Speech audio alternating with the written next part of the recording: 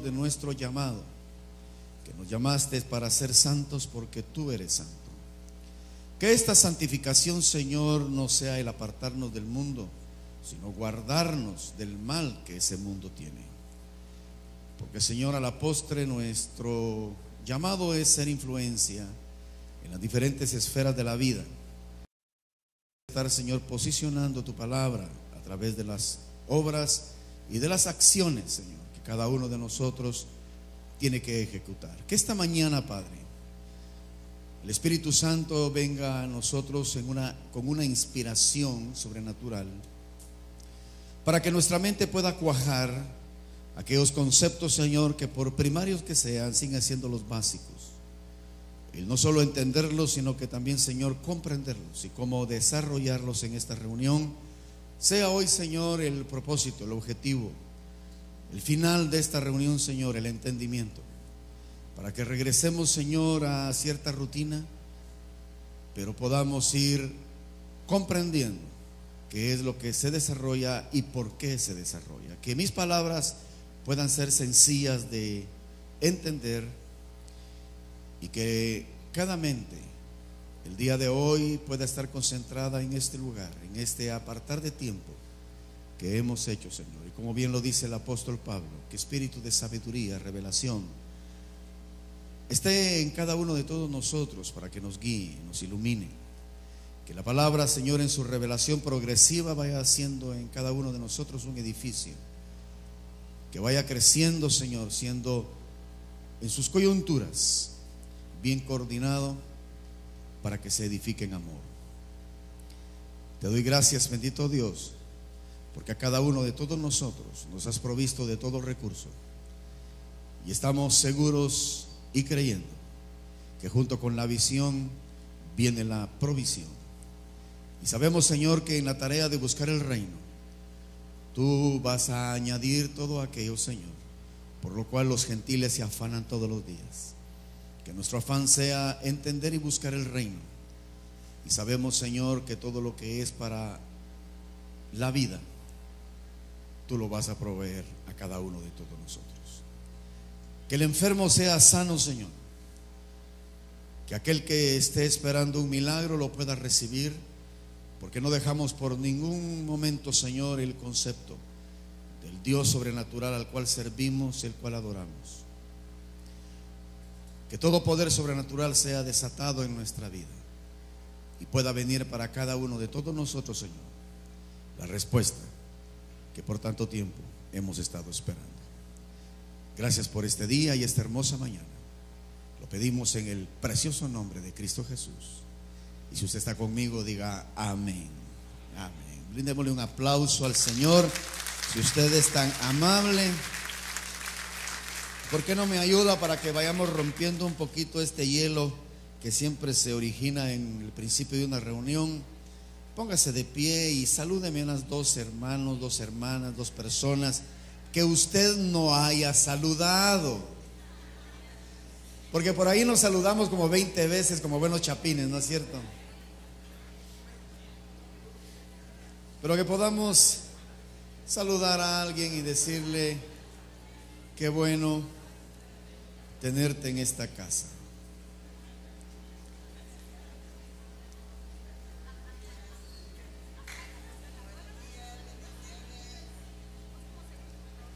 Así que en medio de este saludar damos tiempo para que se puedan acomodar aquellos que están entrando en este momento.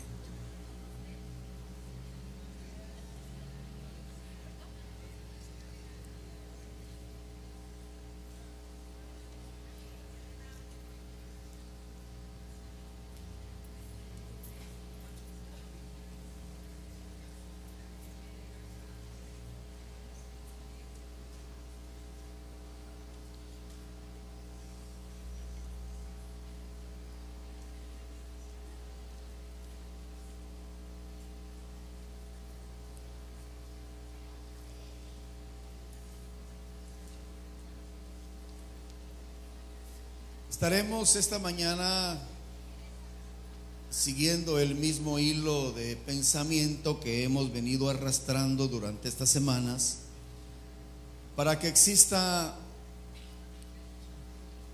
una cadena, que cada eslabón, mejor para que exista un eslabón que vaya formando una cadena, creo que eso está mejor dicho. Así que cada reunión que tenemos se convierte en un eslabón y la idea es hibanar todo esto para que no perdamos el hilo de pensamiento, de tal manera que no nos confundamos, sino que realmente nos edifiquemos. Tratando de colocar en contexto, hemos estado en Efesios capítulo 2, verso 20, 21, cuando el apóstol nos hace la exhortación a que entendamos que cada uno de todos nosotros ya fuimos edificados en el fundamento. Así que hemos traído la idea del fundamento desde hace un buen rato y estuvimos hablando que el fundamento no significa solamente la palabra Cristo ni la imagen Cristo. Fundamento significa todo lo que Él, Cristo, hizo por nosotros. Ese fundamento es importantísimo en la vida nuestra. En el nuevo pacto, el fundamento Cristo es muy, pero muy importante. Por esa es la razón de detenernos, porque el fundamento Cristo no es algo que se entienda fácilmente. Porque si el fundamento no está bien establecido, el edificio crece erróneamente. Lo que sucede en la iglesia evangélica, y es lo que no nos gusta a nosotros escuchar, es nos cuesta creer que nos hayamos equivocado. En alguna razón, no le gusta al creyente creer que se equivocó. Y creo que es un error. Yo pienso que es bueno que alguien le pueda corregir a uno, porque lo peor que nos puede pasar es creer que estamos en una verdad y vengamos a descubrir ya muy tarde que eso no era lo que Dios quería de uno. Eso me hace recordar el libro de los Gálatas, cuando Pablo le escribe a la iglesia de Galacia. Si usted ha leído un poco, usted se recordará que el gran problema de los de Gálatas es que ellos han dejado la gracia y han regresado a la ley. Quiero que por favor trate de escuchar, porque estoy tratando de colocar un fundamento que nos sirve de plataforma para lo que vamos a exponer. A las personas, por alguna razón, no nos gusta que nos digan que hemos estado equivocados. Alguien dice que la resistencia a los cambios es porque no se le ocurrió a alguien, sino que se le ocurrió a otro, y es por eso que a la gente no le gustan los cambios, porque no se le ocurrió a él. Pero si a él se le hubiera ocurrido, entonces sí estuviera dispuesto a los cambios. No sé si me estoy explicando. A veces nos cuesta recibir de alguien que corrija nuestra vida. Y cuando se trata en los asuntos de Dios, exactamente eso es lo que pasa en el nuevo pacto. Cuando el apóstol Pablo, que es la persona a quien se le revela de una manera sobrenatural el nuevo pacto, Pablo tiene que ir a corregir los errores. Entonces el ejemplo es la iglesia de Galacia, que ellos comienzan en la gracia pero terminan en la ley. Ahora quiero que noten que las dos vertientes, gracia y ley, las dos son de Dios. Diga por favor, las dos son de Dios. Pablo no está diciendo que la vertiente de la ley no es de Dios, es de Dios, solo que hay un pequeño detalle: esta ya caducó. ¿Me está siguiendo? Entonces, viene Pablo y a los de la iglesia de Galacia les dice lo siguiente: me he vuelto vuestro enemigo por deciros la verdad. Escuche esta expresión: me he vuelto vuestro enemigo por deciros la verdad. Ahora, ¿cuál era la verdad que volvió a los de Gálatas enemigos de Pablo, a hacerse enemigos de Pablo? ¿Cuál es la verdad?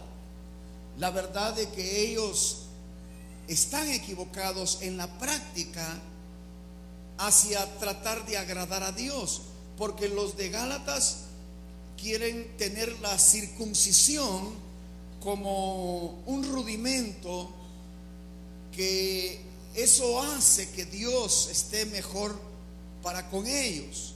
Y viene Pablo y les dice: señores, ya no tienen que circuncidarse. Eso fue para aquel tiempo, pero para este tiempo ya no hay que circuncidarse. Y los de Gálatas se ofenden.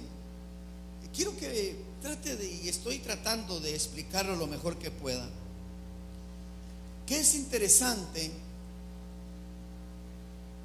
que son las verdades de Dios las que provocan enemistades. Note eso. Son las verdades de Dios las que provocan enemistades. Yo no quiero ser enemigo suyo, y yo pienso que usted no quiere ser enemigo mío. ¿Estoy bien? No voy a repetir porque tal vez alguien sí me voy a sentir aquí muy mal. Yo no quiero ser enemigo de ustedes. Al contrario, yo quiero ser amigo. Y yo pienso que usted también quiere ser amigo mío. ¿Sí? Yo pienso que usted no quiere ser enemigo mío. Pero ¿sabían que la gran mayoría de todos los que aquí estábamos, muchos ya no me hablan? Porque ahora el mismo Dios nos separó. Piensen en su momento: ¿será que el mismo Dios nos puede separar? No, pero el entendimiento de lo que yo tenga de ese Dios, que es el mismo, eso es lo que separa. Observe: me he vuelto vuestro enemigo por deciros la verdad. ¿Qué verdad? Que ya no hay que circuncidarse. O sea, ¿cuál es el problema? ¿Y los de Gálatas qué querían? Circuncidarse. Y Pablo les dice: no, hombre, ya no se circunciden. Bien, queremos circuncidarnos. No, hombre. Entonces Pablo les dice: los que quieren justificarse, significa que los rudimentos sirven para justificarse. ¿Qué es justificación?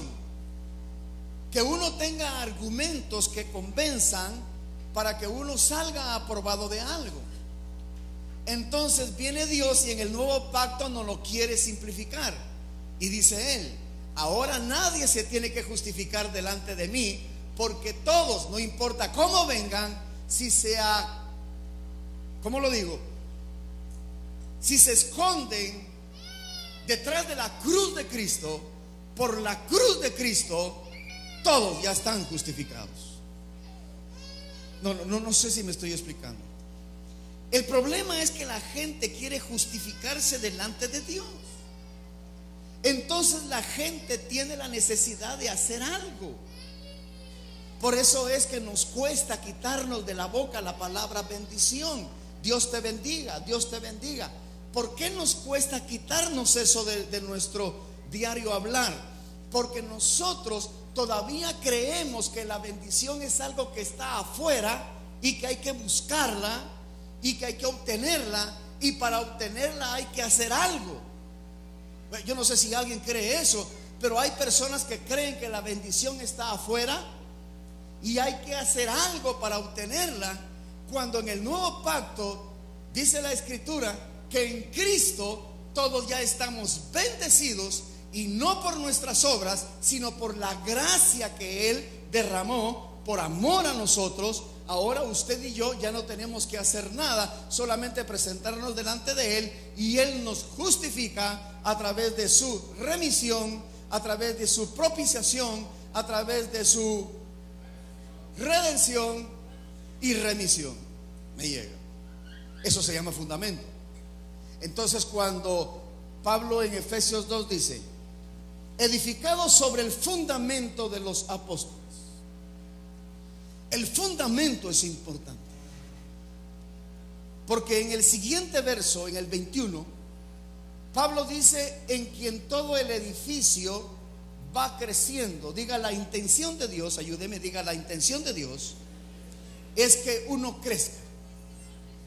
El crecimiento, sinónimo de desarrollo. Dios tiene toda la expectativa que nosotros vayamos desarrollándonos. Dígame, tengo que desarrollar. Y eso es un proceso. Desarrollarse es un proceso. Un niño, escuche mi alegoría, un niño de 3 años, si le pedimos que alcance un vaso que está en la parte superior de la alacena, el niño no lo puede alcanzar si no utiliza algo de por medio. ¿Me explico? ¿Qué es lo que necesita el niño de 3 años para alcanzar el vaso que le pidieron que tomara, que está encima de la alacena? ¿Qué necesita? Necesita una escalera, un banco, necesita una silla. Escuche mi alegoría para hacer entender esto. Si el niño toma el banco, la escalera, la silla y lo pone, ¿alcanza el vaso? Sí, pero tuvo que utilizar algo de por medio para alcanzarlo. ¿Cuál es la idea de Dios? Que todos alcancemos el vaso, pero esperando nuestro desarrollo. No sé si me explico. Si yo quiero que el niño me traiga el vaso sin utilizar nada de por medio, ¿qué tengo que hacer? ¿Perdón? Tengo que esperar que él crezca. Entonces tengo que tener paciencia, y eso es lo que tiene Dios. ¿Entiende mi alegoría? Dios está paciente esperando. Por eso Pedro dice, no es que él retarde su promesa de regresar, como algunos dicen que la tiene por tardanza, sino que es paciente para con todos, porque la intención de él es retener su venida hasta que todos lleguemos al arrepentimiento. El desarrollo viene por el arrepentimiento. ¿Y qué es arrepentimiento? Cambio de mentalidad. Entonces Dios está esperando pacientemente que usted crezca, pero que vamos a alcanzar el vaso, lo vamos a alcanzar. ¿Me explico?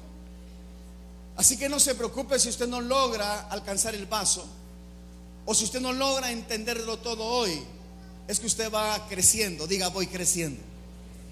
La intención es que vamos creciendo, porque Pablo dice, el edificio tiene que crecer. La intención de Pablo es el desarrollo.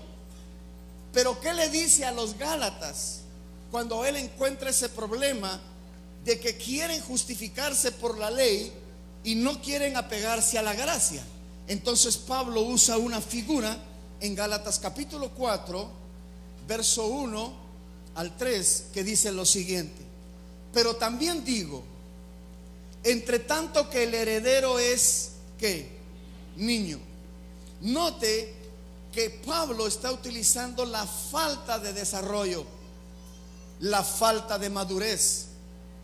Pero también digo, entre tanto que el heredero es niño, en nada difiere del esclavo, aunque es señor de todo. Hágame un favor, diga, yo como heredero soy señor de todo, pero no lo alcanzo por la falta de madurez. ¿Me estoy explicando? Aquí no nos sintamos mal, porque posiblemente yo soy ese niño que ha tratado de alcanzar el vaso, pero he utilizado recursos de por medio que ya no son válidos en el nuevo pacto. En el nuevo pacto ya no son válidos los rudimentos. Por favor, aprenda eso. Diga, en el nuevo pacto no son válidos los rudimentos. Estos nos sirven como una introducción. Los rudimentos nos sirven para entrar, para ingresar, pero no para que nos quedemos en el rudimento, porque el rudimento no madura. El rudimento hace que uno se atasque. Es como un carro en un lodazal.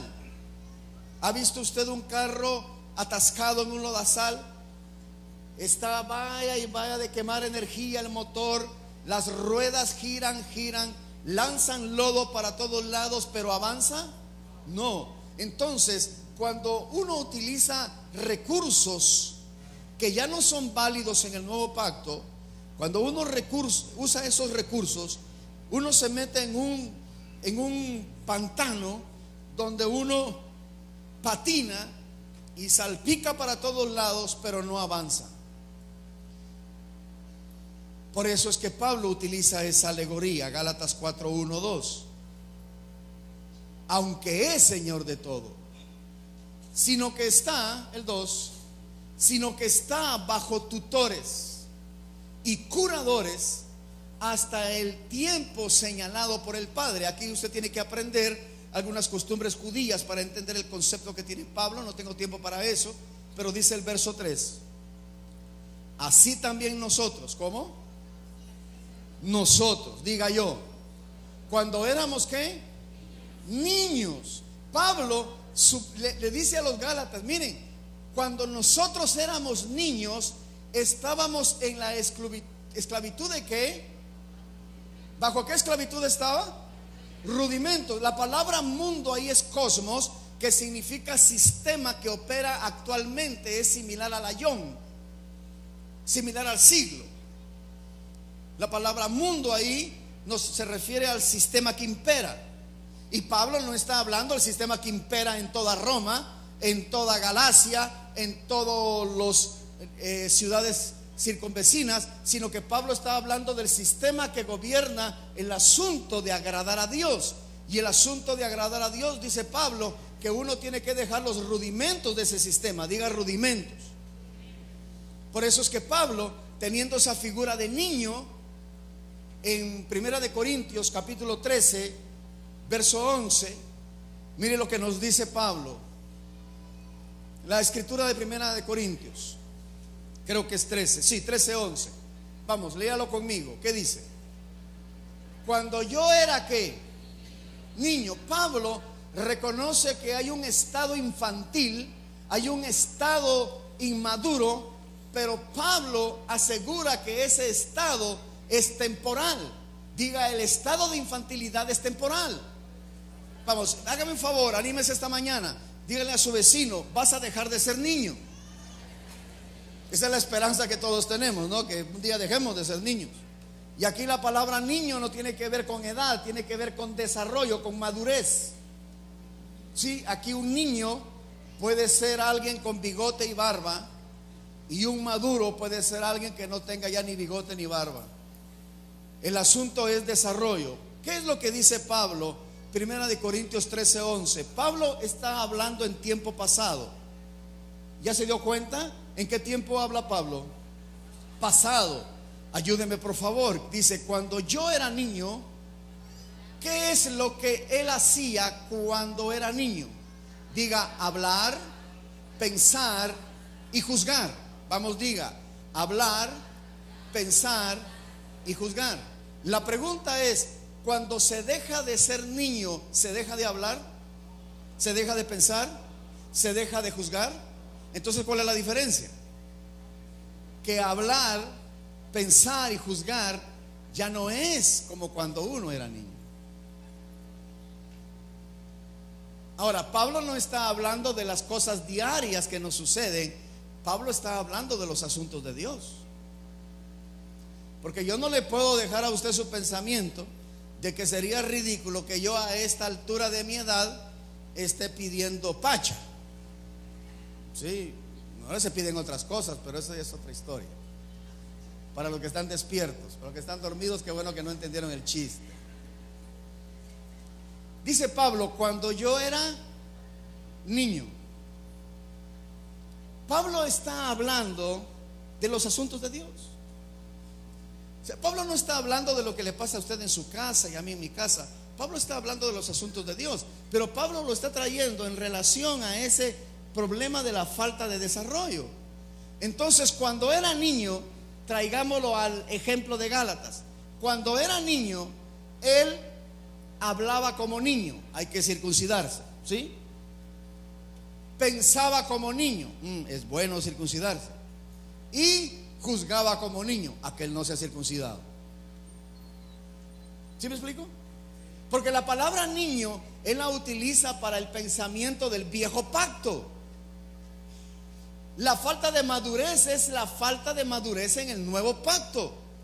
La infantilidad, la falta de desarrollo es en los rudimentos del antiguo pacto. El buen desarrollo y la madurez es en el nuevo pacto. Si usted me sigue pensando en el viejo pacto, usted es un niño. ¿Sí me estoy explicando? Ahora, yo no les estoy diciendo lo que yo digo, les estoy diciendo cómo Pablo tenía que explicarlo, porque la gente no entendía. La gente quería regresar a lo que antes se hacía, pero Pablo dice, miren, hay un camino mejor. Diga, hay un camino mejor. Entonces yo no sé por qué la terquedad en el ser humano, que si queremos ir de aquí a Palín, queremos tomar la ruta vía Antigua y dar una gran vuelta alrededor del volcán, si nos podemos ir por la autopista y llegamos en 15 minutos. ¿A cuánto les gustaría ir a Palín y que yo tome la ruta y les diga, señores, síganme, vamos a ir a Palín? Palín es la tierra prometida, así que nos vamos a Palín y todos síganme. Y yo comienzo a agarrar aquí camino al puerto. ¿Qué le parece? ¿Sí? Ya cuando llego al puerto, jalo por Iztapa. De Iztapa llego a Monterrico y voy a salir allá por Tacisco. De Tacisco jalo para los esclavos, de los esclavos a la ciudad capital, y de la ciudad capital llego a Palín. ¿Cuántos me quieren acompañar? ¿Sí? Ahora díganme, mire pastor, está bien, pero fíjese que yo conozco un camino más corto. ¿Sí? ¿Cuál es ese camino más corto? Señores, el nuevo pacto es el camino más corto.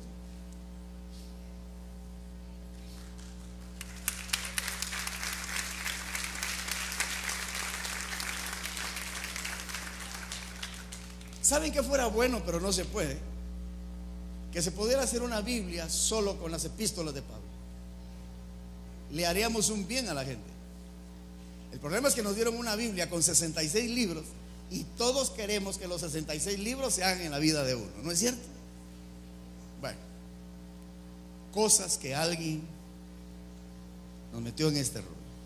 Esta mañana quiero concluir lo que comencé el miércoles, explicando que en ese crecimiento y en ese desarrollo debemos de ir entendiendo conceptos bien claros en nuestra vida. Y hay dos conceptos que hoy quiero hablar: el concepto culto y el concepto iglesia. Diga por favor, culto e iglesia. Quiero que esta mañana dejemos de ser niños. Quiero que esta mañana caminemos hacia la madurez. Caminando hacia la madurez, creo yo que hay dos elementos muy importantes para nuestro tiempo que es necesario entender y comprender de acuerdo a lo que creo yo que puede servir de mucho avance: entender la palabra culto y entender la palabra iglesia. Vamos a ir a Romanos capítulo 12 verso 1. Cuando Pablo utiliza la palabra culto aquí, pero lo utiliza de una manera diferente. Romanos 12:1. Así que, hermanos, os ruego por las misericordias de Dios. Mire cómo es Pablo. Os ruego, y coloca las misericordias de Dios como un ente ahí de intermediario, que presentéis vuestros cuerpos. Porque Pablo utiliza la palabra cuerpos, porque él quiere involucrar ahí todo nuestro ser. Diga espíritu, alma y cuerpo. Pablo dice: tu espíritu, tu alma y tu cuerpo, todo lo que tú eres, lo tienes que presentar en sacrificio vivo. Diga sacrificio vivo. santo, agradable a Dios. Y aquí es donde Pablo utiliza la palabra culto, que es que vuestro culto racional. La palabra culto tiene ciertas connotaciones. Permítame darle un par de ellas que nos van a ayudar. Por favor, diga culto. Vamos, diga culto. La palabra culto significa homenaje de veneración y respeto que se rinde a un ser divino o sagrado. Homenaje de veneración, respeto que se rinde a un ser divino o sagrado. Esa es una definición de culto. Culto también se define como el conjunto de actos y ceremonias en los que se expresa veneración y respeto a un ser divino o sagrado. Conjunto de actos y ceremonias en lo que se expresa veneración y respeto a un ser divino o sagrado. Diga por favor culto. Esas dos definiciones de culto son las definiciones que han prevalecido a través de los siglos, desde cuando el ser humano sintió la necesidad de adorar a alguien superior. Permítame y no me pierda. No importa el lugar donde usted vaya, porque puede ser la tribu más incivilizada que pueda existir en el mundo. Puede irse usted a lo profundo de las Amazonas, pero donde haya existido vida de un ser humano, habrá un vestigio de la necesidad de adorar a alguien superior o a algo superior. ¿Me está siguiendo?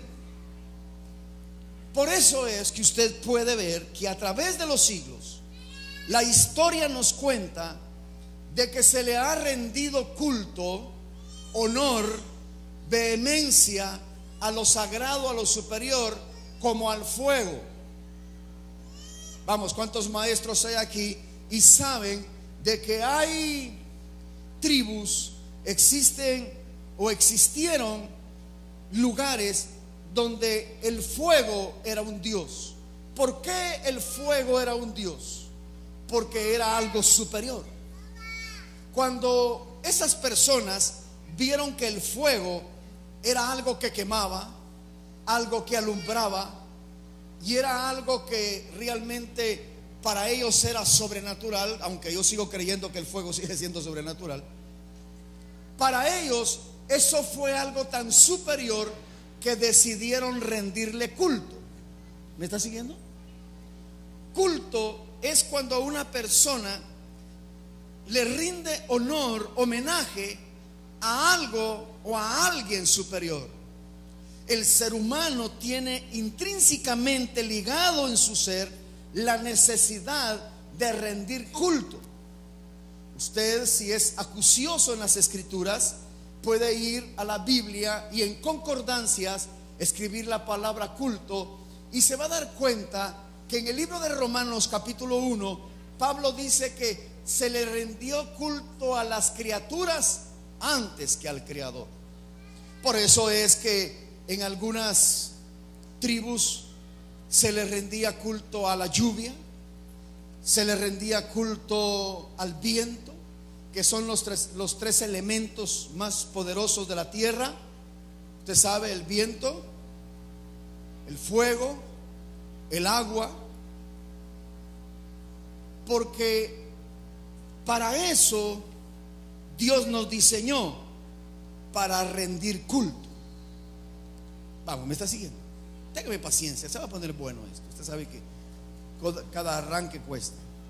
Yo soy todavía de aquellos carros que con manivela, pero vamos agarrando fuerza en el camino.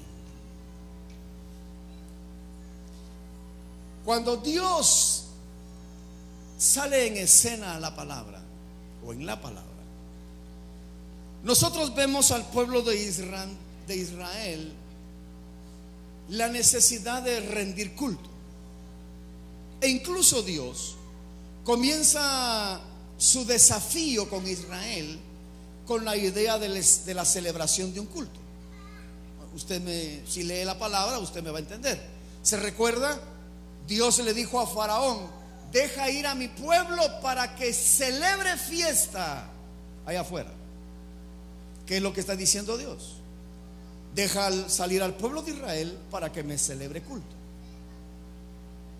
Así que el gran lío entre Moisés y Faraón era porque Dios les decía: vayan y celébrenme culto.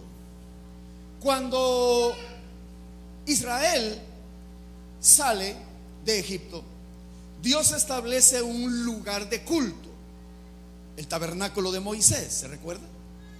¿Qué es lo que pasaba en el tabernáculo de Moisés? Ahí habían ritos, ordenanzas dadas por Dios para que todos llegaran a rendirle culto. Así que llevaban becerros de sacrificio, habían sacerdotes que ministraban todos los elementos del tabernáculo de Moisés. No tengo tiempo para explicarlo todo, pero la intención ahí era celebrar un culto.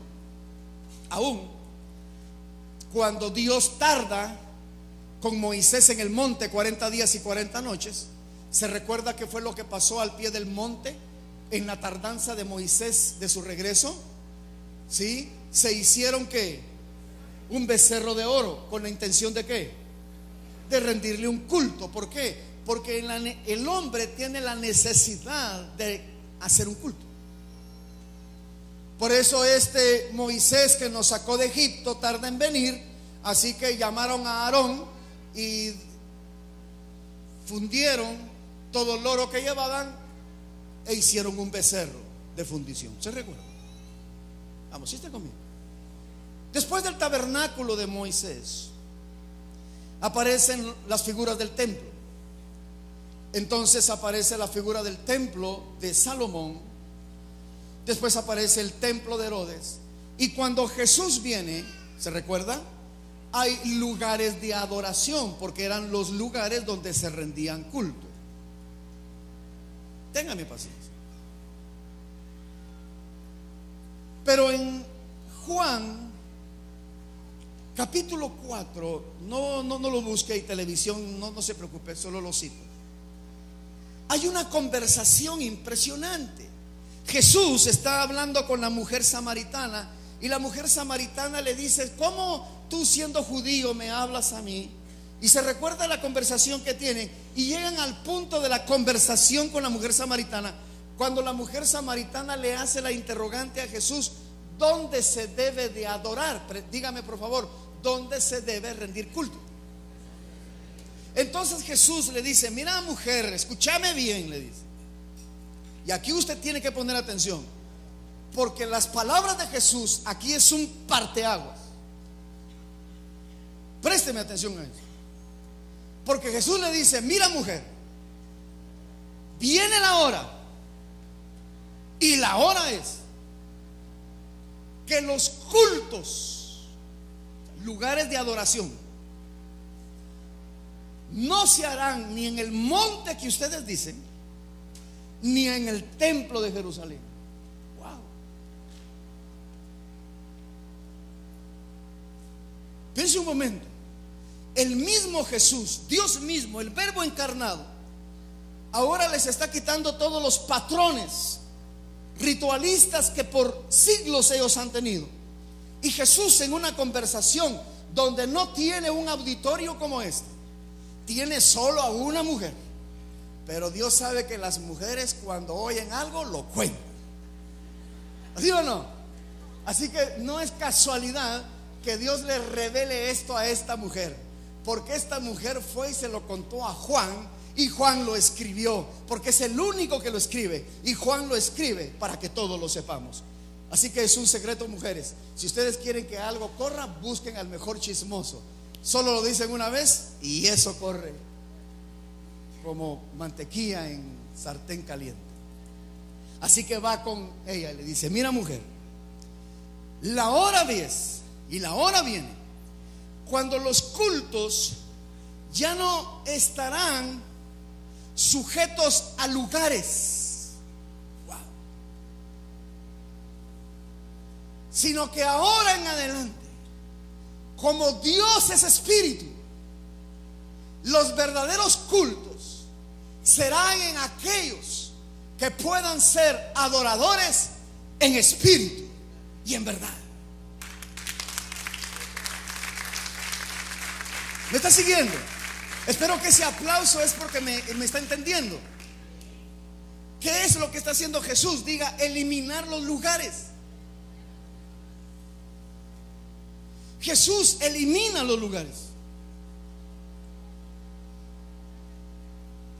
Entonces Pablo, con el concepto culto que está arraigado en el corazón del ser humano, nos dice en Romanos 12:1: hermanos míos, os ruego por las misericordias de Dios. Y aquí viene tu culto. ¿Cuál va a ser tu culto ahora? Presentar tu cuerpo, tu espíritu y tu alma en un sacrificio vivo. En un sacrificio ¿qué? Vivo. Por eso es que Pedro dice que nosotros somos piedras vivas, porque el edificio crece con lo que tiene vida. Vivo, santo, agradable a Dios, que ese es tu culto racional. La palabra racional ahí la tiene que entender de dos maneras. Uno, que tenga lógica. Dos, continuo. Lo repito, la palabra racional ahí la tiene que usted entender de dos maneras, porque las dos son vigentes en él y van intrínsecas en la palabra. Diga, culto racional significa culto razonable, lógico, que tenga lógica, que tenga un concepto superior, y racional, que sea diario. Por eso es que tu culto ahora es todos los días. No sé si logré darme a entender con ese repaso un poco largo de historia bíblica y de historia natural, para entender que el culto sigue vigente. Pero el culto ahora ya no está sujeto a un lugar. Ahora el culto está sujeto a una persona, y esa persona es usted. Usted es el lugar de adoración. Usted es el lugar donde se va a adorar a algo superior, porque ese superior que está en nosotros, que es Dios, ahora ya no lo encontramos en el lugar de culto que antes se acostumbraba a tener, que era la asamblea, que era el templo. Ahora ese Dios al cual le rendimos culto abandonó el templo. Por eso él dice, ¿dónde me adorarán si todo lo he hecho yo? Y dice aquel, Dios no habita en edificios hechos por manos de hombres, porque la verdadera habitación de Dios es donde se le celebra culto lógico y diario, que es la persona que ha recibido a Cristo como su Señor y Salvador y vive en Él. Él es morada y habita con Él. Usted es el culto diario, caminando 24 horas al día, 365 días al año. Usted tiene un culto racional.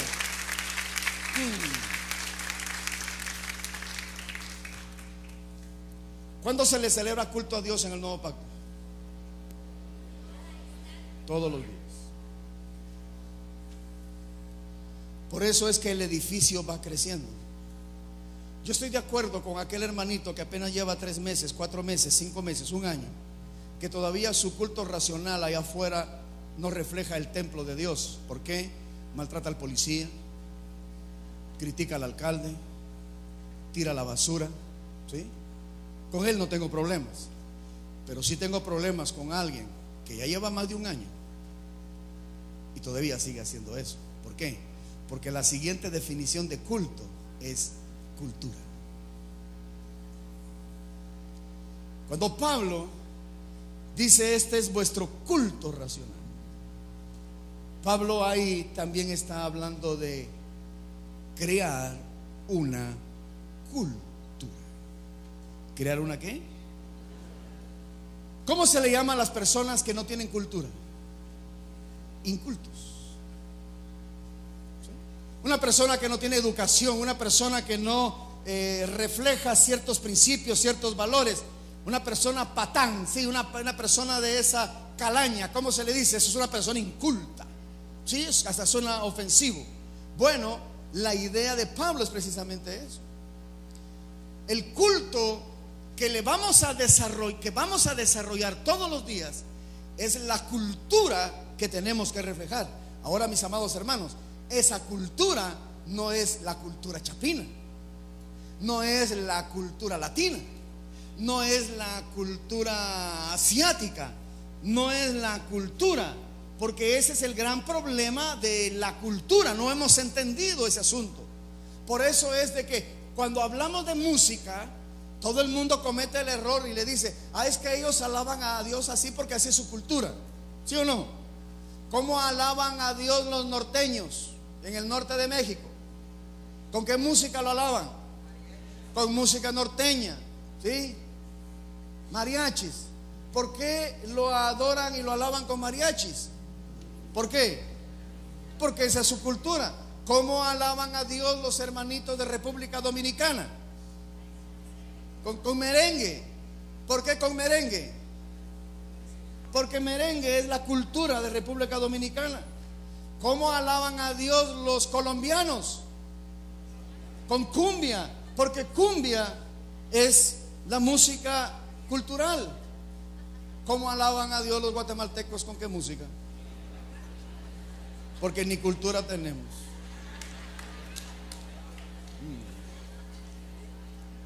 Diga gracias a Dios por eso. ¿Sabe por qué? Porque hemos caído en la trampa de imitar las culturas, pero no la cultura que Dios quiere. Porque la cultura que hay que implementar no es la dominicana, no es la puertorriqueña, no es la americana, no es la hispana, no es la asiática, no es la judía.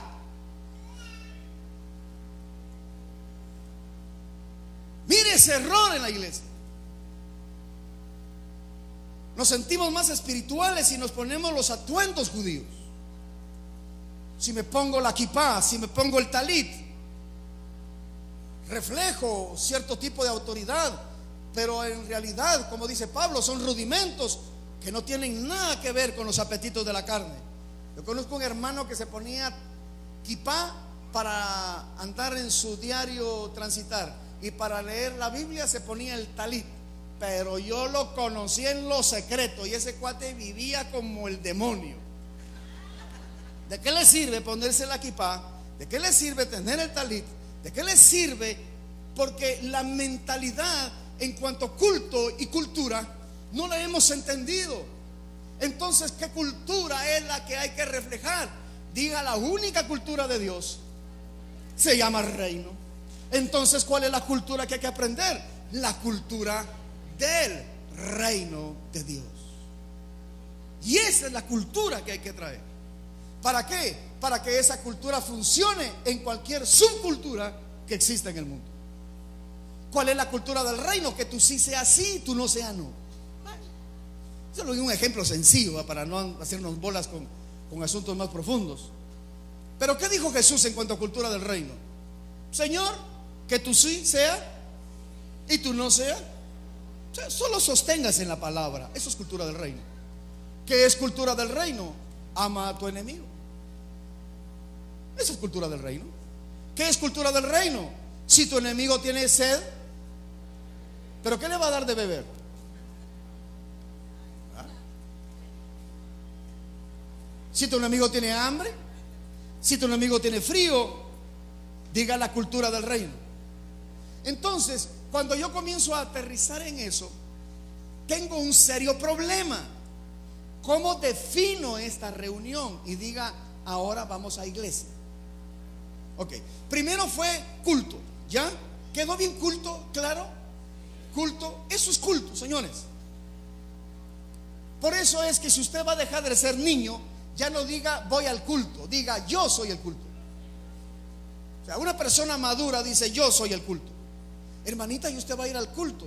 Perdón, ¿de qué me está hablando? Que si va a ir a la iglesia, peor, no, ni sé qué me está hablando, perdone.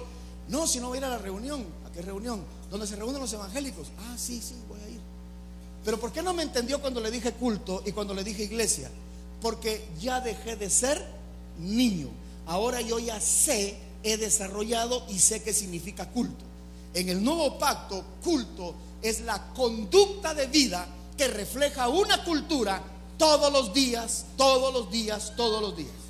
Si usted tiene culto racional, Pablo apela a que éste esté en el evangelio del reino, en las verdades de la gracia y en el orden correcto del nuevo pacto. Ese es su culto racional diario. Lo segundo es iglesia. Diga por favor iglesia. Aquí tenemos otro conflicto que se llama esta reunión. ¿Cómo justifico ahora esta reunión de domingo? ¿Cómo justifico yo ahora esta reunión? Entonces hay dos escrituras, para no ahondar e ir más rápido, que Pablo utiliza que nos deben de ayudar. Primero vamos a ir a 1 de Corintios capítulo 11. Televisión lo tiene, para que entremos en el segundo detalle que quiero enseñar.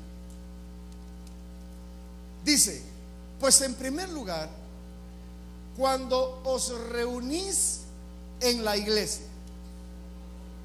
Ok, observe ese detalle ahí, porque de este verso quiero sacar el jugo lo más que se pueda a lo que Pablo está diciendo ahí. Pues en primer lugar, diga, hay una reunión. Existe una reunión que hay que celebrar. Esa reunión es la que hoy estamos teniendo. Pero observe que esta reunión no es en la iglesia ni para tener culto. Esta reunión es cuando venimos como iglesia. Por favor, vamos a agregar a nuestro glosario otra definición de mentalidad, para ayudarle un poco a qué me refiero. Le hemos inculcado a usted y a mí, o nos hemos inculcado a que traigamos aquí mentalidad de aula. ¿Se recuerda? Aquí hay que venir con mentalidad de aula. ¿Qué es mentalidad de aula? Que vine a aprender. Aquí hay que venir con mentalidad de tarea. ¿Qué significa eso? Que hay una palabra que tengo que escribir porque la tengo que gestionar. Eso se llama mentalidad de tarea. Hemos enseñado mentalidad de biblioteca. ¿Se recuerda? Que es archivar todos los mensajes en una forma muy apropiada para que cuando yo los necesite, pues de ahí pueda sacar ventaja. Y hemos enseñado que no hay que traer mentalidad de bolsa de supermercado, ¿sí? Que recibo todo y lo echo en una sola bolsa y no me importa qué productos vayan ahí, ¿sí?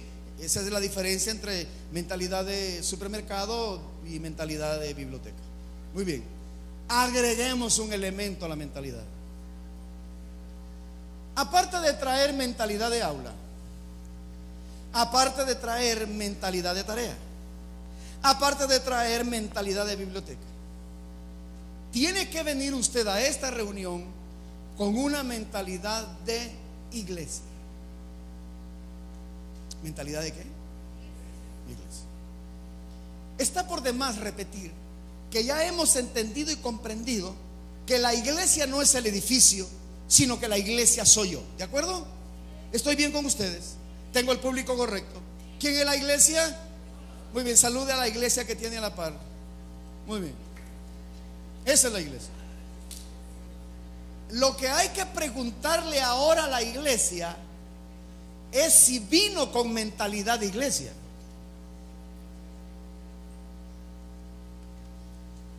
Vamos, ¿me escucharon? Ahora tenemos que definir la mentalidad de iglesia,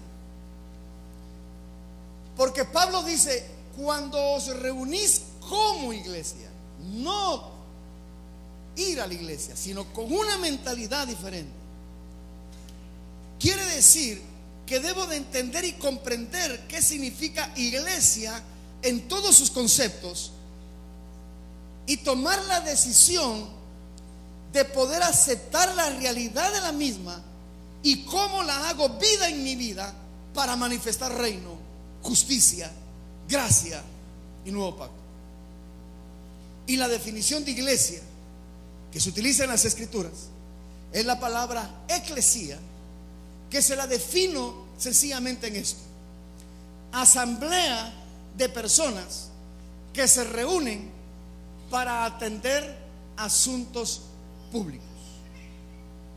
Lo repito: asamblea de personas que se reúnen para atender asuntos públicos.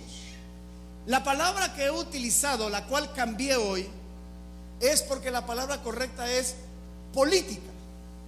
Pero no voy a utilizar política porque todavía la mentalidad suya y mía está demasiado fragmentada en cuanto a la política.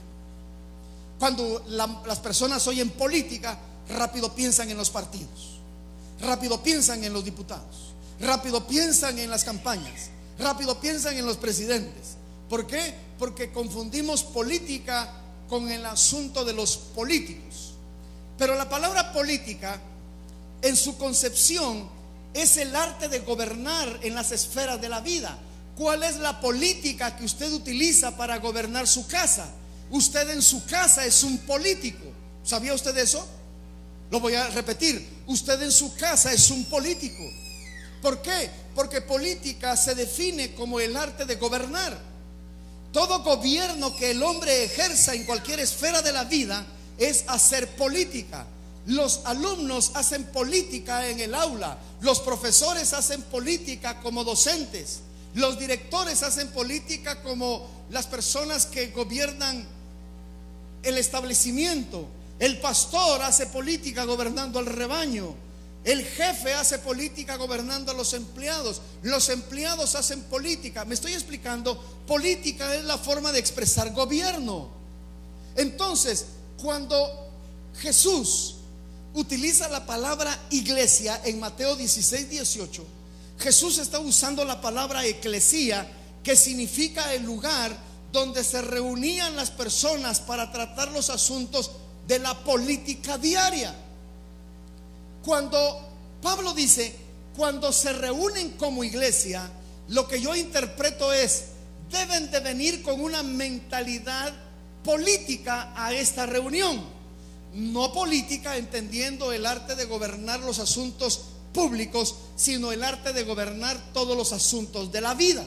Entonces, cuando usted viene como político a esta reunión, usted viene con el deseo de aprender. Permítame, porque si usted no trae mentalidad de iglesia, usted va a traer mentalidad de culto. Y cuando usted viene con mentalidad de culto, usted va a exigir adorar a alguien, venerar a alguien, rendirle homenaje a alguien, cuando hemos entendido que ese culto quedó caduco, porque ahora el culto es usted en las acciones diarias de la vida, donde todo su ser le da honra y gloria a Dios todos los días. ¿Me estoy explicando? Pero permítame, no quiero parecer pero es la carga pastoral. Cuando alguien va a un lugar y no escucha la música, viene a una reunión como estas y no escucha la música, si la mentalidad es de culto tradicional, el cual caduca en el nuevo pacto, ¿qué va a estar deseando en su mente? Porque quiere adorar. Quiere adorar. Yo necesito adorar a Dios. Yo necesito adorar a Dios. ¿Me está entendiendo? Pero viene Pablo y dice: miren, señores, hay un culto más verdadero que ese, que en lugar de estar levantando las manos los domingos, mejor adoren a Dios todos los días. ¿Por qué la gente no quiere la iglesia evangélica? Porque lo miran a actuar a usted tan mal en el barrio, pero aquí lo miran levantando las manos. ¿Me explico?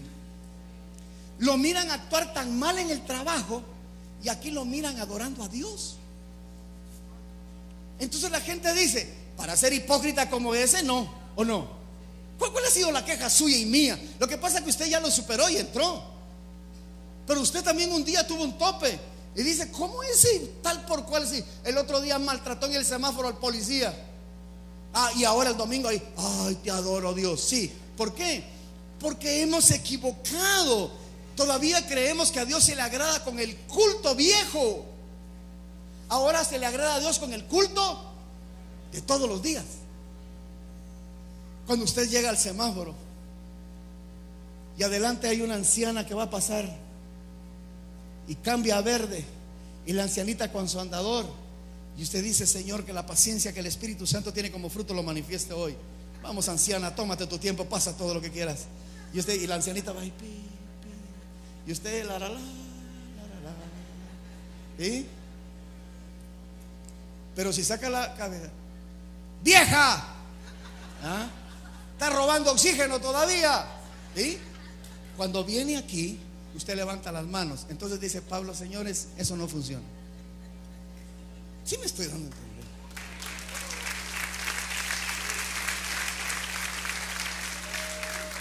Entonces, usted mira en la iglesia evangélica músicos rebeldes cantando el domingo. Uno sabe que el tipo es rebelde, uno sabe lo que el tipo ha hecho, pero como el pastor tiene el concepto de culto viejo, lo deja cantar. ¿Por qué? Porque necesito la música. ¿Sí me estoy explicando? ¿Cuándo vamos a dejar de ser niños? Cuando traigamos una mentalidad de iglesia, una mentalidad de política, una mentalidad de ok, voy a gobernar. Pastor, yo quiero gobernar bien mi casa. ¿Qué me dice la palabra? Usted que es mujer, hombre, mujer, sujétese a su marido. Punto. Haga política.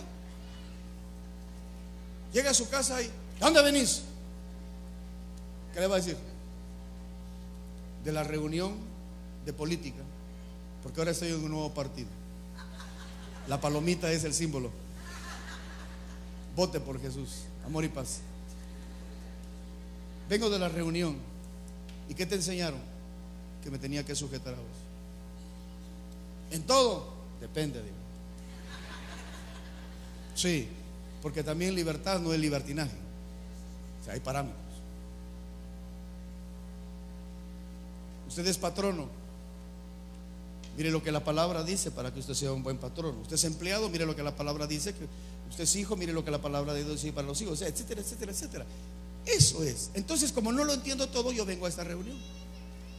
Pero cuando vengo a esta reunión, Pablo la tiene que establecer mejor. Entonces Pablo nos da otro luzazo en 1 Corintios capítulo 14. Por favor, televisión.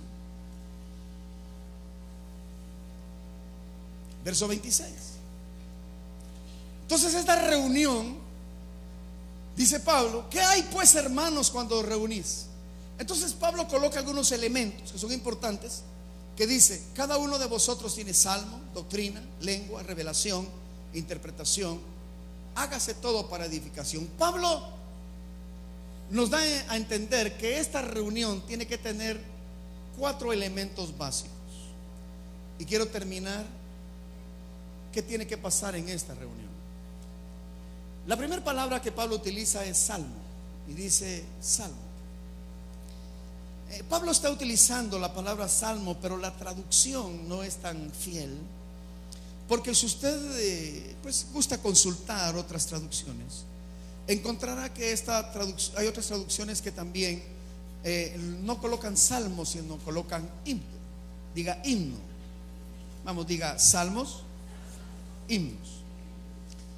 Cuando los teólogos comenzaron a escudriñar y encontrar ese verso para que esta reunión pudiera tener sentido, los teólogos entendieron que el primer elemento que hay que tener se llama celebración a Dios. Diga por favor, celebración a Dios. A esta expresión que viene del salmo o himno se le conoce en el griego como doxología. Por favor, apréndase 4 palabras que hoy vamos a sumar. Diga doxología. ¿Qué es la doxología? La doxología tiene que ver con el estudio de la palabra. Si apunta, porque miro que todos se van hacia abajo y apuntan. Doxología se compone de 3 palabras. La primera palabra es doxa. Diga por favor doxa. ¿Qué significa doxa? opinión, alabanza, gloria. Esta reunión tiene que tener un tiempo de celebración a Dios. Esa celebración a Dios se le va a dar con doxología. Doxología viene de doxa, que significa opinión, alabanza, gloria. La siguiente palabra es logos, que significa palabra o tratado. Doxología, doxo, opinión, alabanza, gloria o doxa. Logos, palabra o tratado. Y por último el sufijo ia, de donde viene psicología y todo lo que termina en ia.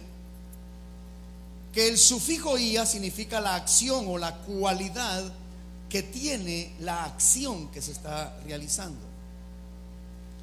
Así que doxología lo podemos definir como el estudio correcto que da honor y alabanza con una acción cantando o leyendo las escrituras. ¿Qué es doxología? El estudio correcto que da honor y alabanza con una acción, sea cantada o leyendo las escrituras. Entonces aquí caemos en otra cuestión que es buena entender. En esta reunión hay que cantar. Sí, hay que cantar. ¿Por qué hay que cantar? Porque, señores, la música tiene más poder que las palabras que se dicen en un discurso. Uno aprende más las canciones que un mensaje. Usted no se sabe mensajes de memoria, pero se sabe canciones de memoria. ¿Sí? ¿Sí estoy en lo cierto?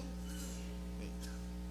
La palabra doxología tiene que ver con los cantos apropiados que se tienen que establecer en una reunión para que las personas que ahí asistan puedan entender correctamente las escrituras o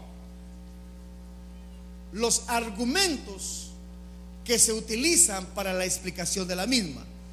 El gran problema de hoy en día es que la doxología que se practica en la iglesia evangélica tiene más esencia católica que apostólica. Lo voy a repetir. La doxología que se practica en la iglesia evangélica hoy en día tiene más influencia católica romana que apostólica paulina. Porque para entender esto, déjeme pasarle esta información que a alguien le servirá. La iglesia católica, cuando tomó el control de la religión, cuando la iglesia católica determinó que la religión universal iban a ser ellos, por eso se llaman católicos, porque católico significa universal. Cuando la iglesia católica dijo esta será la religión oficial, ellos establecieron las reglas de la doxología. Así que ellos dijeron, señores, la doxología va a estar dirigida a la Trinidad, de tal manera que la doxología actual tiene su base en los credos católicos como en la Trinidad, en la divinidad de Dios Padre. No tengo el tiempo, pero los que vinieron el miércoles traté de explicárselo de una manera gráfica y práctica. ¿Cuántos vinieron el miércoles? Que me digan, pastor, yo ya sé de qué me está hablando. Ahora, la doxología significa la interpretación de los cantos que tienen que ir de acuerdo a las escrituras. La pregunta aquí es, ¿qué escrituras? Porque la iglesia evangélica se acostumbró a tener la ensalada de letras en las canciones que exaltan más el viejo pacto que el nuevo pacto. Por eso es que usted mira la mayoría de las canciones hoy actuales en las iglesias cristianas, por decirlo de una manera general, tiene su concepto más en los salmos de David que en las verdades de Pablo. Por eso es que se le hizo música al Salmo 23. Jehová es mi pastor. ¿Por qué se le hizo música al Salmo 23? Porque la iglesia católica enfatizó más en una doxología de credos que predominaron por tanto tiempo, y la iglesia católica evangélica, lo absorbió sin darse cuenta, y sin darse cuenta hoy lo siguen practicando. La pregunta ¿es malo cantar? No, lo que es malo es que se dice en las canciones. ¿Sí me estoy explicando? Por eso es que el el sabio Salomón es tan práctico que dice, señores, si de canciones se trata, no le canten al corazón afligido. Salomón dice: al corazón afligido no se le canta. Si tu novia te cortó, prohibido canciones románticas, te vas a suicidar. ¿Sí de fácil? ¿Sí? Porque las canciones posicionan. De nuevo, las canciones posicionan.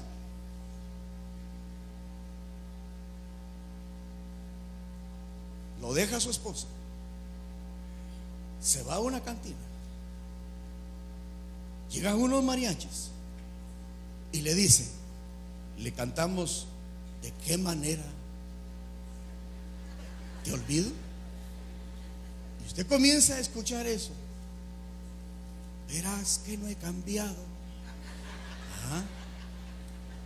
Vamos, usted la sabe, no deja al pastor aquí, por favor, abandonado. Y cuando llega el coro, ¿cómo dice el coro? ¿De qué manera?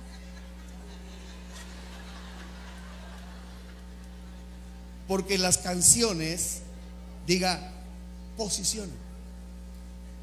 Si la iglesia evangélica le sigue cantando al antiguo pacto, la iglesia estará en el antiguo pacto. No sé si me estoy explicando. Entonces, ¿hay que cantar en esta reunión? Sí, pero nos urgen canciones paulinas, no canciones davídicas. Ahora, hay canciones de David que no tengo problemas en que podamos cantar, que exaltan a Dios y hablan de Dios y entender su majestuosidad, y no hay ningún problema. Si vamos a tener un tiempo de exaltar a Dios, no hay problema. Pero cuando se trata de posición, señores, ahora usted ya no ruega, ahora usted decreta. Entonces hagamos una canción que ya no diga le ruego a Dios, sino que le decreto al mundo en el nombre de Jesús que esto es gobernar el ministerio del hombre. Eso se llama doxología. Y aquí me falta tanto que hablar, pero hoy no hay partido, ¿eh? Es que hace 8 días fue un caso de servicio. Usted no vino, se quedó viendo México. Bueno, segundo, esta reunión tiene que tener comunión. Solo voy a ver la segunda parte, ya no me da tiempo, si no lo atasco de tanto. Y lo segundo que esta reunión tiene que tener es comunión. Hoy lo miramos en la clase. Esa palabra es koinonía. Diga doxología, ahora diga koinonía. La palabra koinonía es tener las cosas en común. Que podamos tener una unidad en común. Ahora, ¿qué es lo común que tenemos que tener en esta reunión? Definitivamente no es lo de afuera, porque en lo de afuera nadie tiene algo en común. No son las cosas externas, porque en las cosas externas nadie tiene las cosas en común. ¿A qué se refiere Pablo? Pablo se refiere que la comunión que hay que tener aquí es la común unión, que la unidad nos tiene que dar en la visión y misión que Dios nos ha dejado. Entender que aquí venimos para poder comprender cuál es la idea original de Dios. Y si entender la idea original de Dios me va a costar un año tengo que venir a aprender cuál es la idea original de Dios. Cuando todos hagamos eso, tenemos una común unión. Pero permítame ilustrarse. Cuando se viene con mentalidad de culto, porque creo que aquí en la iglesia yo no vengo a tener comunión, yo vengo a que suplan mis necesidades. Entonces la iglesia evangélica diseñó: ore por mí. Ore por mí, pastor. ¿Por qué el pastor tiene que orar? Yo no digo que no se puede orar. Yo puedo orar por alguien, sí. Pero la idea es que alguien entienda que él no es pastor dependiente, sino que en el nuevo pacto el Espíritu Santo se le metió para que así como lo tiene él, lo tengo yo, y juntos podamos tener una común unión en que orando los unos por los otros desatemos las bendiciones que posiblemente no han llegado por alguna razón. La idea aquí es discernir el cuerpo. Diga comunión en el cuerpo. Ahora miren, les voy a hablar de la cena del Señor. Cuando les enseñé de la cena del Señor, que es mejor decir la mesa del Señor, no les hablé el asunto del discernir el cuerpo, porque ya no daba tiempo, pero déjenme hoy darles este detalle. El apóstol Pablo dice: cuando te reunís a la cena del Señor, el que no discierne bien el cuerpo, juicio come y bebe para sí. Discernir el cuerpo. El problema de la iglesia evangélica es que se quedó con el rito. Entonces en el rito agarran el pan. Entonces tengo que discernir el cuerpo y miro el pan. Y lo único que se nos ocurrió fue si alguien tiene algo en contra de alguien. Es lo único. Porque usted no encontrará una congregación donde no le digan otra cosa más que esa.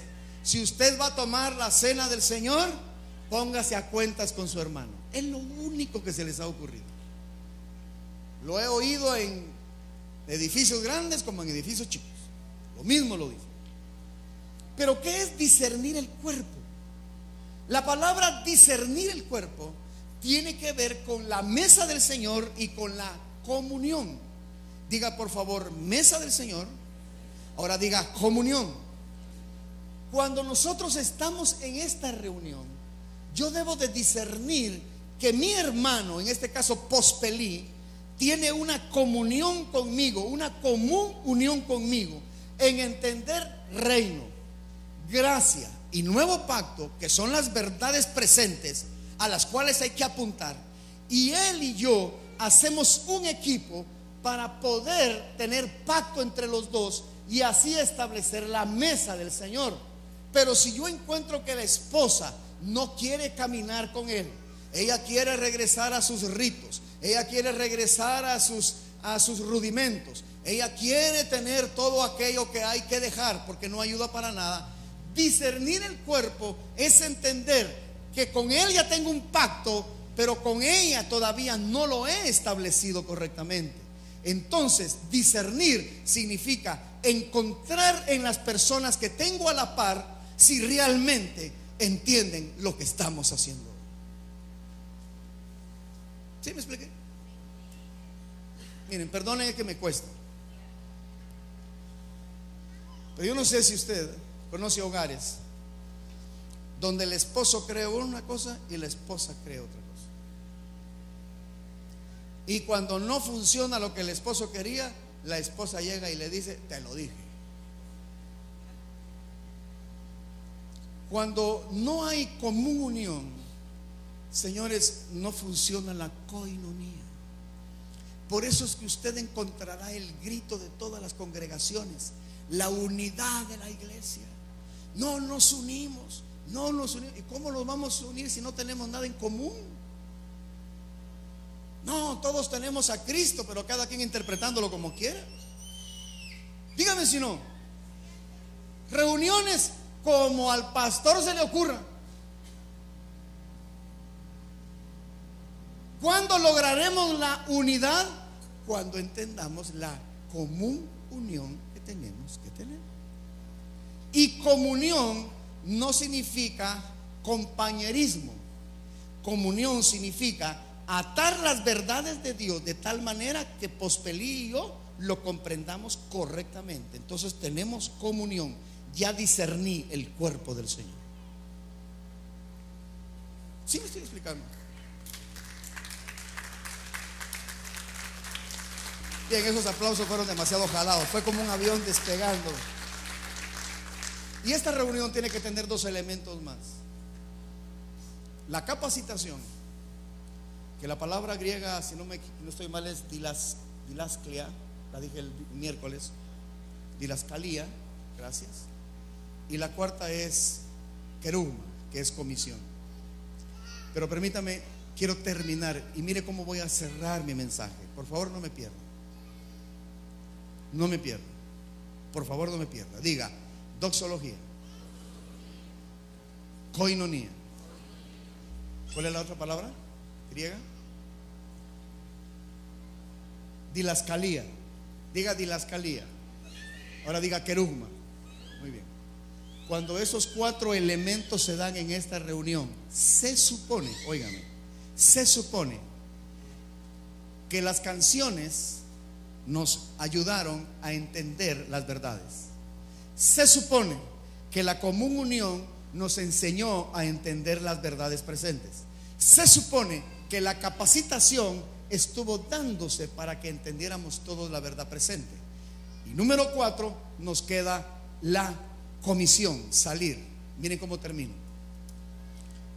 Esta reunión es la interrupción de su culto diario.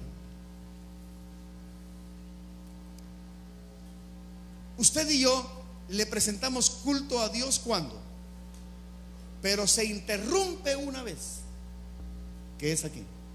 Aquí se interrumpe el culto, porque la idea es que cuando salgamos con un culto mejorado.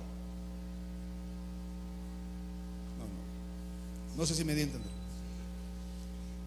La enseñanza, las canciones, la enseñanza, la relación entre mis hermanos me ayudó de tal manera que ahora salgo a presentar un culto mejor que el que presenté ayer. Se supone que de esta reunión todos tenemos que salir mejorados. Como dije, mejorados. ¿Dónde? En la forma de pensar. Aquí. Pero si yo salgo y nomás cruzo la puerta y el culto que presento es insultar a Aldi, pelar a la pastora, hacer tacos al pastor, no salí mejorado. Algo pasó en esta reunión que no funcionó. Entonces tenemos que encontrar qué es lo que no hemos hecho bien, para que al salir de aquí todos presentemos un culto mejor. Mañana llego temprano al trabajo, ¿sí? Mañana me reconcilio con mi jefe. Jefe, perdóneme. Si supo a aquella persona que le fue a pedir aumento de sueldo y no sabía cómo encarar a su jefe superior, entonces ya dijo: yo sé cómo lo voy a encarar. Voy a hacerme valer, porque yo soy persona importante. Y llegó y le dijo: jefe, auménteme el sueldo porque tengo a 4 compañías que están detrás de mí. Wow, le dijo: 4, y las 4 te quieren llevar. No, las 4 me quieren cobrar. Es la de luz, la del agua. No, con esa mentalidad no vamos a llegar, ¿verdad? Okay. Vamos a llegar con mentalidad de iglesia. Mentalidad de iglesia. Señores, ténganme paciencia. Vamos a regresar a cantar. Vamos a regresar a celebrar, pero correctamente. Vamos a enseñar la doxología correcta, porque si vamos a levantar otra generación, no podemos hacer lo mismo, porque locura es hacer lo mismo y esperar resultados diferentes. Si queremos resultados diferentes, ya estamos haciendo cosas diferentes. Por lo menos ya lo tengo sentado más de 1 hora escuchándome la palabra de Dios.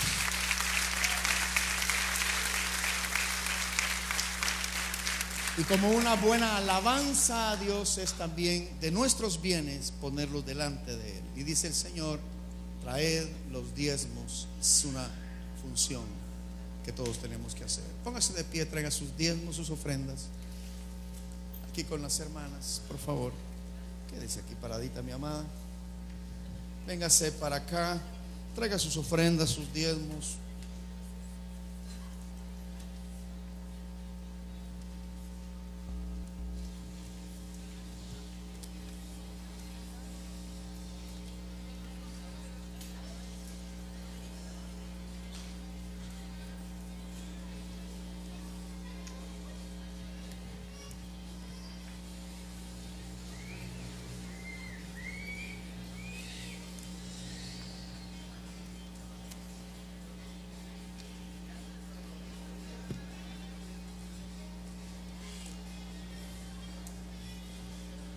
Deje su diezmo, deje su ofrenda.